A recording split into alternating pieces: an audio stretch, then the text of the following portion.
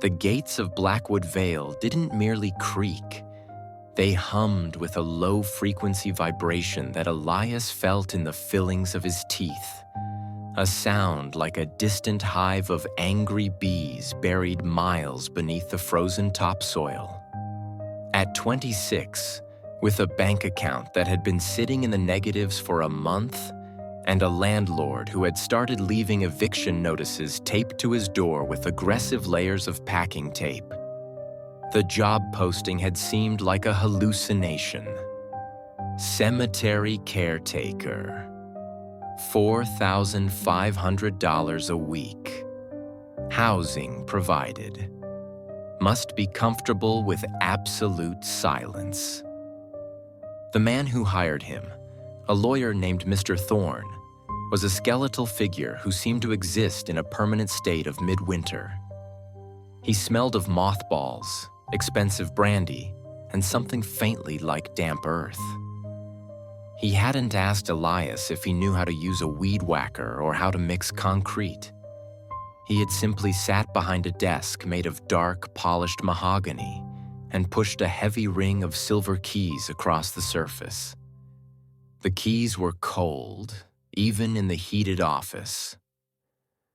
"The pay is high because the turnover is higher," Thorne had said, his voice a dry rasp that sounded like sandpaper on a coffin lid.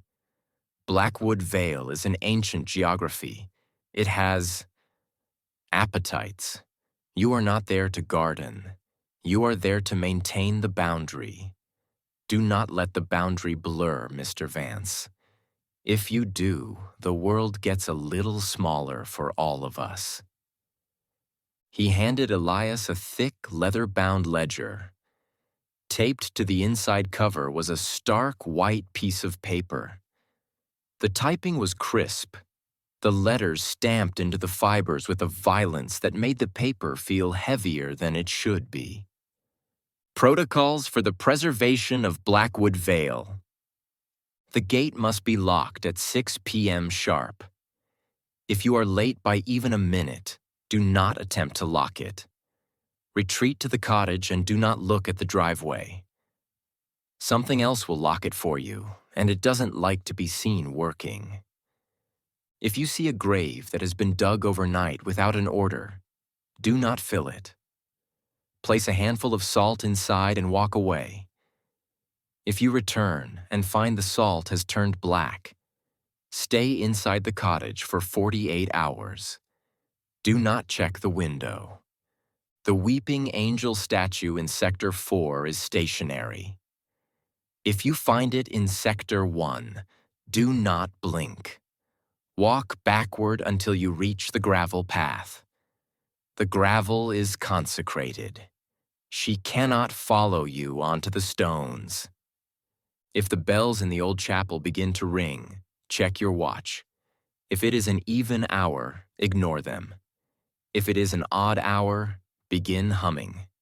Any tune will do, but you must not stop until the ringing ends. Never answer a plea for help coming from beneath the ground. It is a physiological trick of the soil. If the voice uses your own name, recite your social security number backward until the scratching stops. If a funeral procession arrives after sundown, let them in. Do not speak to the mourners. Do not look at the casket. Most importantly, do not count the people in the line. If you count them, one of them will realize they are missing and look to you to fill the space. The black dog that wanders the grounds is the church grim. He is your only friend here. If he growls at a specific headstone, break that headstone immediately. At 3:33 a.m., the fog will rise. If the fog reaches your windows, blow out every candle and turn off every light. If you are outside when it hits, lie flat on your face and hold your breath. It only takes what it can see. For the first 72 hours, Elias felt like he was living inside a vacuum. The silence of Blackwood Vale wasn't the absence of noise. It was a physical weight, a heavy blanket that muffled his footsteps and swallowed his sighs. The cemetery was a masterpiece of Victorian decay, sprawling over rolling hills of overgrown ivy and crumbling gray limestone. He spent his mornings mapping the sectors. Sector 4 was the most beautiful, filled with elaborate mausoleums that looked like miniature cathedrals. That was where the weeping angel stood, her marble hands clasped tightly over her eyes as if she couldn't bear to see the landscape. The cottage itself was a small stone affair built into the side of a hill. It felt less like a home and more like a bunker. The walls were 3 feet thick, and the windows were narrow, reinforced with iron bars. Inside, the air was always still, and no matter how high he turned the radiator, a deep subterranean chill clung to the corners of the rooms. Elias found himself talking to his reflection in the tea kettle just to hear a human voice. He began to think the rules were a hazing ritual designed to test his mental fortitude. He spent his time cleaning the moss off the older headstones, the scraping of his brush the only sound in the vast, dead valley. The illusion of normalcy shattered on a Tuesday afternoon. Elias was clearing dead brush near the potter's field when he heard a sound that made his blood turn to slush. Thump. Thump. Thump. It was coming from beneath his boots. He stopped, thinking he'd stumbled onto a hollow air pocket or a collapsing old vault. But then, the thumping became a frantic scratching, the sound of fingernails, sharp and desperate, tearing against wood. "Elias? Elias, honey, is that you?" The voice was his mother's. It was perfect. The slight rasp from years of smoking, the soft Chicago lilt that came out whenever she was worried. His mother was currently hundreds of miles away, yet here she was, her voice vibrating through 6 feet of cold Missouri clay with terrifying clarity. "It's so dark, Elias. Please, just reach down. Just pull the grass back. I can't breathe." Elias's hand moved toward his pocket, toward the small trowel he carried for planting flowers. His mind screamed at him to dig, a primal filial instinct drowning out his logic. He was a good son. He couldn't let her suffocate in the dark. But then his fingers brushed the rough leather of the ledger. "Recite your social security number backward." 9815. His voice was a strangled whisper, barely audible over the sound of his own racing heart. The scratching below his feet grew violent, the rhythm accelerating into a frenzy. He could hear the wood of a casket splintering. 240. As the last digit left his lips, the ground let out a long, wet hiss, like steam escaping a pipe. The voice changed instantly, shifting from his mother's warmth to a sound like wet gravel being shaken in a bucket. Then, silence. Elias stayed on his knees for an hour, watching as the grass above the grave turned a sickly, burnt yellow, and the air around him grew heavy with the scent of ozone and rot. By the 10th day, the rules began to bleed into one another. He was no longer bored. He was hyper-aware, jumping at the sound of a falling leaf. He slept in short bursts, a stopwatch and a bag of salt tucked under his pillow. At 1 a.m. on a Wednesday, the bells in the old chapel belfry began to toll. It was a deep, resonant sound that rattled the dishes in the kitchen and made the water in his glass ripple. Elias looked at his watch. 1 a.m. An odd hour. He remembered the protocol. He began to hum. He settled on a tuneless, low melody he'd heard in an old commercial, forcing himself to vary the pitch and the speed. He stepped out onto the porch of the cottage, humming into the darkness. In the moonlight, he saw them. Tall, thin figures, as pale as bone and as translucent as smoke, emerging from the shadows of the mausoleums. They moved with a jerky, stop-motion rhythm, their heads tilting in synchronization with the bronze bells. They were swaying toward the cottage, their long, spindly arms reaching out, fingers twitching like the legs of a spider. Elias realized they were looking for a tempo. They wanted to match their movements to a sound, to find a bridge into the physical world. As long as his humming remained offbeat, unpredictable, and dissonant, they couldn't anchor themselves. They twitched and shivered in the yard, unable to cross the gravel path that acted as a barrier. He hummed for 47 agonizing minutes until the bells finally fell silent. The figures didn't walk away. They simply dissolved back into the mist, leaving behind the smell of stagnant pond water and the feeling of being watched by 1,000 invisible eyes. The following afternoon, Elias found the hole. It sat in Sector 3, a perfect 6-foot rectangle of black earth cut into the side of a hill.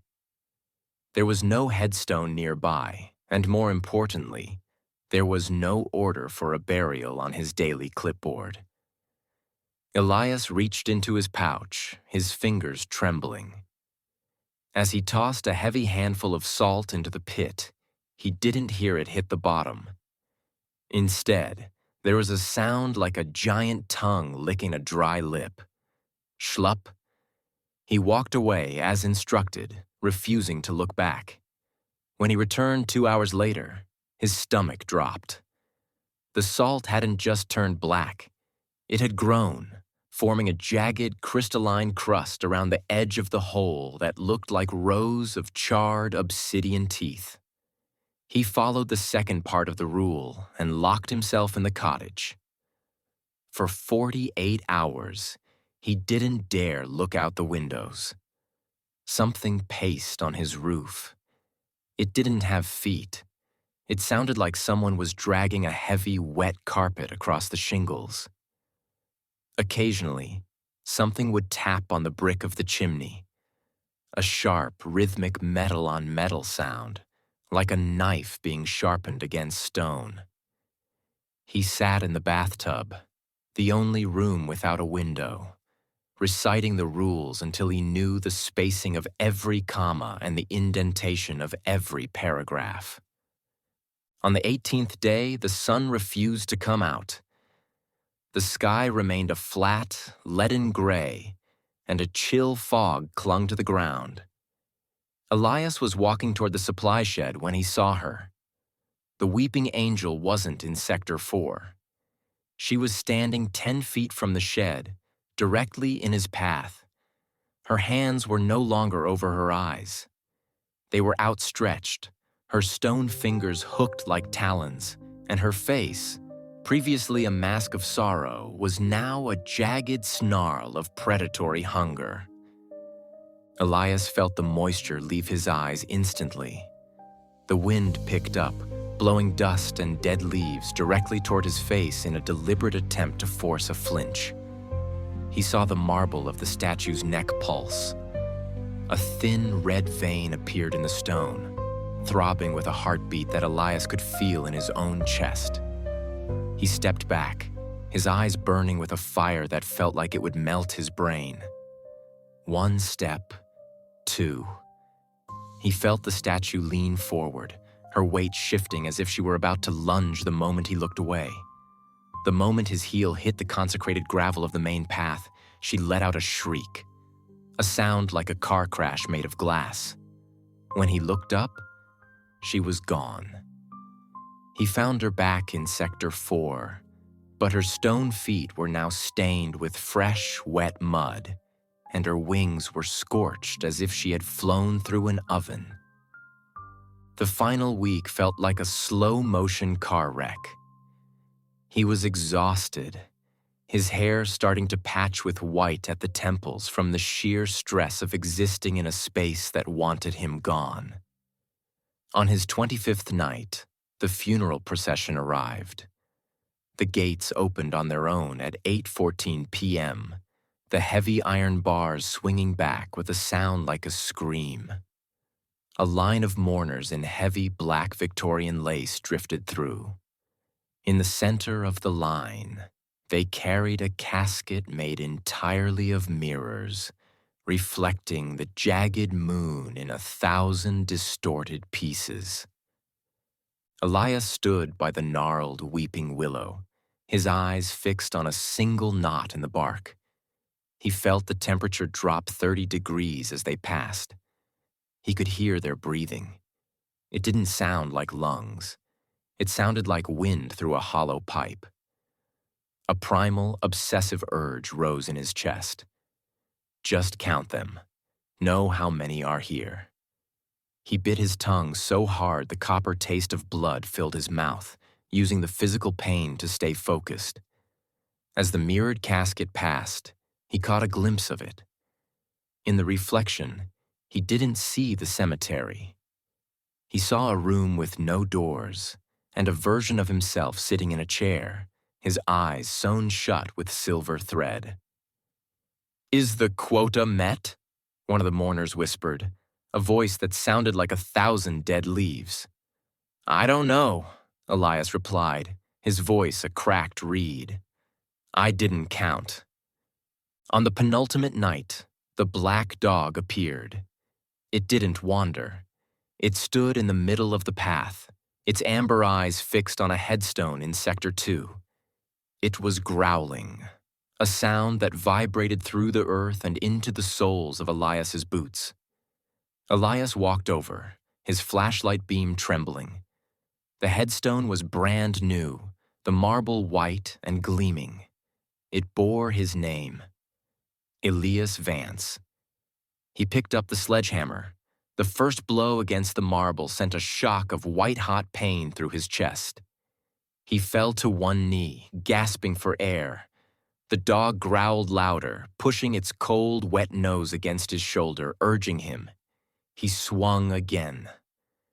This time, his vision blurred red, and he felt his own ribs groan. With a final, screaming effort, he shattered the marble into dust. From the earth beneath, a fountain of black sludge erupted. The dog stepped forward and licked the sludge off Elias's hand. The tongue was so cold it left a gray, ashen mark on his skin. A permanent shadow that no amount of scrubbing could remove. On his last night, the 3:33 a.m. fog rose. It didn't roll in. It seeped up from the graves themselves. Elias sat in the pitch black of his kitchen, the silence now screaming in his ears. He heard the fog press against the glass, a sound like 1,000 tiny fingers scratching to get in. Then, the voices started. They were the voices of the people he'd seen in the mirrored casket. "Elias," they whispered through the keyhole. "Thorn is coming, but we aren't done. We need a new caretaker."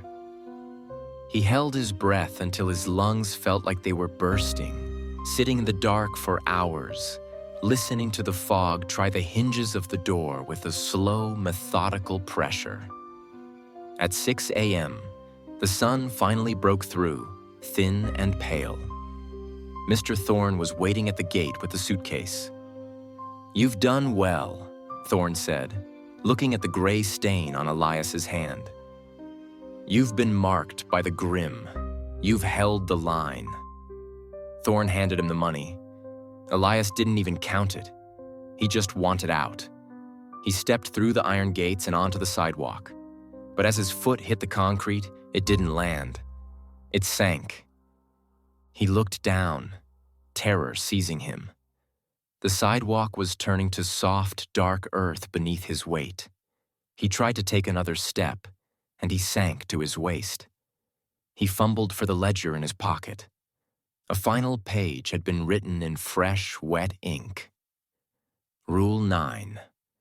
Once you have broken a stone for the grim, you are part of the grounds.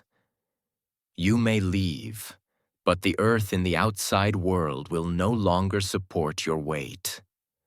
The dirt knows your name. Elias looked back. The weeping angel was standing at the gate, holding a silver shovel. She wasn't weeping anymore. She was waiting. He realized he couldn't walk on the pavement of a world that didn't recognize his heart anymore. He turned back, his suitcase heavy with useless paper, and crawled through the iron bars back onto the solid, welcoming soil of the dead. He picked up the shovel, and as the gate clicked shut, he finally understood. He wasn't the caretaker. He was the next resident in charge of the keys,